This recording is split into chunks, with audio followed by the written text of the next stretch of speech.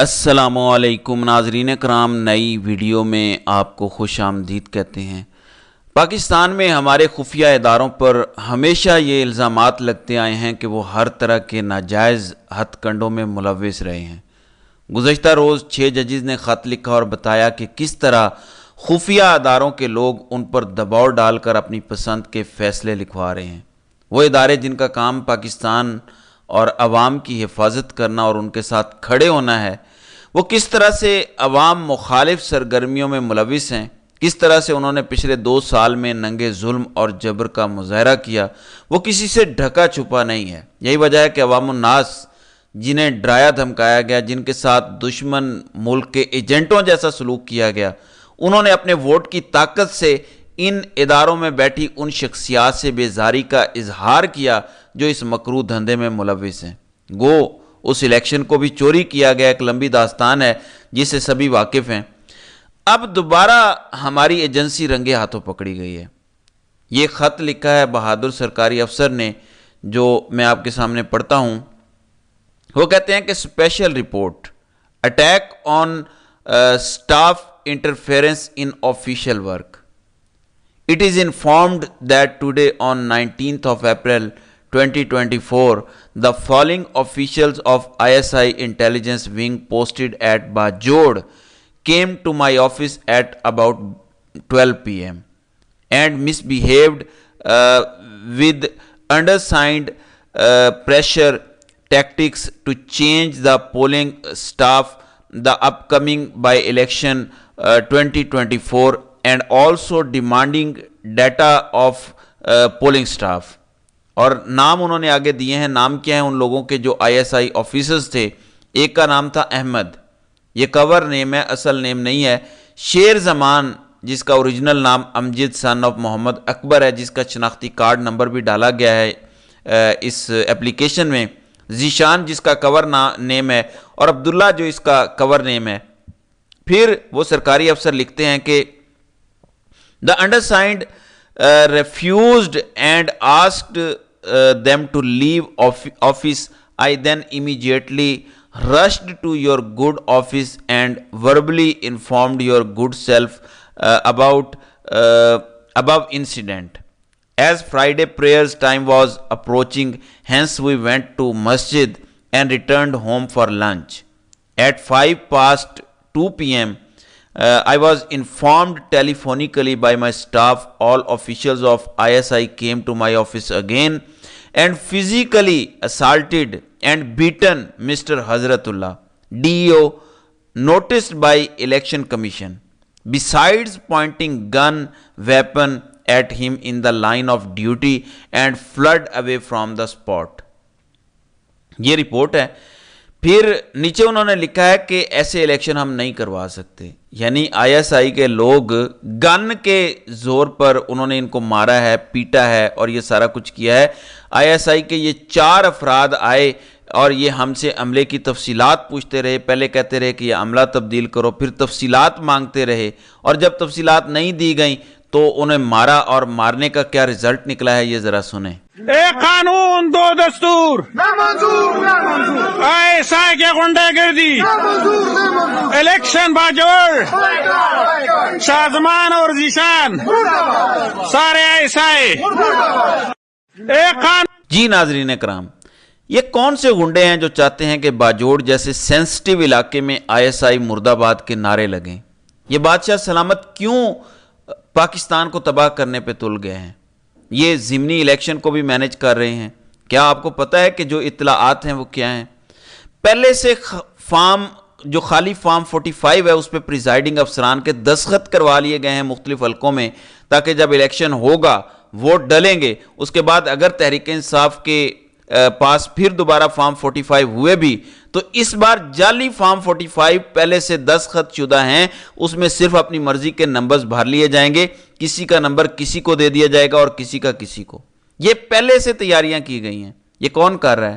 وہی بادشاہ سلامت جس کا نام عمران خان نے لیا ہے، جبکہ اس کے نیچے ISI کے لوگ کھلے سانڈ کی طرح پھر رہے ہیں۔ پاکستان کے اداروں کو تباہ کیا جا رہا ہے۔ کسی کو سمجھ نہیں آ رہی یہ بغض عمران نہیں ہے، یہ بغض پاکستان میں بدل چکا ہے۔ پاکستان کو تباہ کیا جا رہا ہے۔ باجوڑ جیسے سینسٹیو علاقے میں آپ یہ حرکتیں کر رہے ہیں. لاہور میں تو آپ کر ہی رہے ہیں, باقی جس جگہ پہ الیکشن ہو رہے ہیں آپ کر رہے ہیں. اور پھر علی امین گنڈا پور صاحب, یہ قبائلی علاقے نہیں ہیں, یہ آپ کے انڈر علاقے ہیں, سرکاری افسران کے ساتھ یہ سب ہو رہا ہے. آپ کی پولیس کہاں غائب ہے؟ ان پہ ایف آئی آر درج کیوں نہیں ہوئی؟ ان آئی ایس آئی کے افسران کے خلاف لوگوں نے خون بہایا ہے حقیقی آزادی کے لیے, اور آپ کو ووٹ دیا ہے تاکہ آپ اقتدار پہ بیٹھیں. 24 گھنٹے کے اندر اندر ان آئی ایس آئی کے افسران کے اوپر ایف آئی آر درج ہونی چاہیے. کچھ تو دکھائیں ہمت, تاکہ لوگوں کو پتہ چلے, کچھ تو لوگوں میں طاقت پیدا ہو. دیکھیں ابھی لوگوں کو اندھیرا نظر آ رہا ہے. لوگ سوچ رہے ہیں کہ اتنی ماریں کھائیں, اتنا ظلم برداشت کیا, لوگوں نے خون بہایا, کوئی نتیجہ تو نکلتا ہوا نظر آئے. لاہور میں عمران خان نے جب کہا کہ میرے اوپر قاتلانہ حملے کی ایف آئی آر کاٹو, تو نہیں کاٹی گئی. تب بھی اپنی حکومتی وزیر اعلیٰ پرویز الہی تھے. آج آپ کے پاس 2/3 اکثریت والی حکومت ہے خیبر پختونخوا میں. ایف آئی آر درج کریں, شروع کریں. حقیقی آزادی ایسے نہیں ملے گی. حقیقی آزادی کے لیے قربانیاں دینے پڑیں گی, اپنی کرسیوں کا رسک لینا پڑے گا, تب جا کے حقیقی آزادی ملے گی. جن لوگوں کو لگتا ہے کہ ایسے آسانی سے حقیقی آزادی مل جائے گی, میرے خیال میں وہ کرسیوں کے قابل ہی نہیں ہیں. یہ قربانیاں دینے پڑیں گی سب کو, ورنہ آپ کو کیا لگتا ہے کہ آئندہ کسی الیکشن میں یہ خفیہ ایجنسی خاموشی سے بیٹھی رہے گی اور آپ کو الیکشن جیتنے دے گی؟ سوال ہی پیدا نہیں ہوتا. انہوں نے ایسا طریقہ نکال لیا ہے کہ آئندہ کبھی بھی پاکستان میں کوئی بھی ووٹ کی وجہ سے الیکشن نہیں جیتے گا. اگر اس طریقے کو تسلیم کر لیا گیا, اپنی مرضی سے فارم 45 بنوا لو, اپنی مرضی سے فارم 47 بنوا لو, بس جو مرضی ووٹ ڈالتا رہے, اس سے کیا فرق پڑتا ہے؟ انہوں نے اب ووٹ کی گنتی میں بھی تبدیلی کرنا چھوڑ دی ہے. پہلے ہوتا تھا ڈبے چینج ہوتے تھے, انہوں نے کہا چھوڑو, کون ڈبے تبدیل کرے, پورا دن پھرتا رہے. آرام سے الیکشن سے پہلے جو ٹائم ہوتا ہے 1.5 مہینہ, جنرل الیکشن سے پہلے تو 3-4 مہینے مل جاتے ہیں عام طور پر, جبکہ اس الیکشن میں تو پورا سال ان کو ملا ہے. اب یہ ہمیشہ فارم 45 اور فارم 47 میں تبدیلیاں کر کے الیکشن مینیج کریں گے. اس کو کہیں فل سٹاپ لگانا ہے. اس کا آغاز ہوگا جب علی امین گنڈا پور صاحب آپ ایف آئی آر درج کریں گے ان مبینہ آئی ایس آئی کے افسران کے اوپر. آغاز کرنا پڑے گا, لوگ بول رہے ہیں. پھر ناظرین اکرام, تھوڑی سی تجاویز جو مانگی گئی تھی ہائی کورٹ سے, سپریم کورٹ نے, کہ آپ اپنی میٹنگ وغیرہ کریں, اس میں لاہور ہائی کورٹ نے تو اپنی میٹنگ بلا لی ہے ان کے چیف جسٹس نے, جبکہ اسلام آباد ہائی کورٹ کے چیف جسٹس نے ابھی تک کوئی میٹنگ نہیں بلائی. لیکن فرداً اطلاعات یہ آ رہی ہیں, ججوں سے پوچھا ہے کہ آپ بتائیں یہ جو اداروں میں انٹرفیئرنس ہو رہی ہے, یہ جو آئی ایس آئی والے کر رہے ہیں, اس کا کیا علاج کیا جائے, حل کیا ہے؟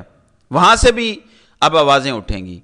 تو ناظرین اکرام, پاکستان اس وقت ایک سافٹ ریولوشن سے گزر رہا ہے.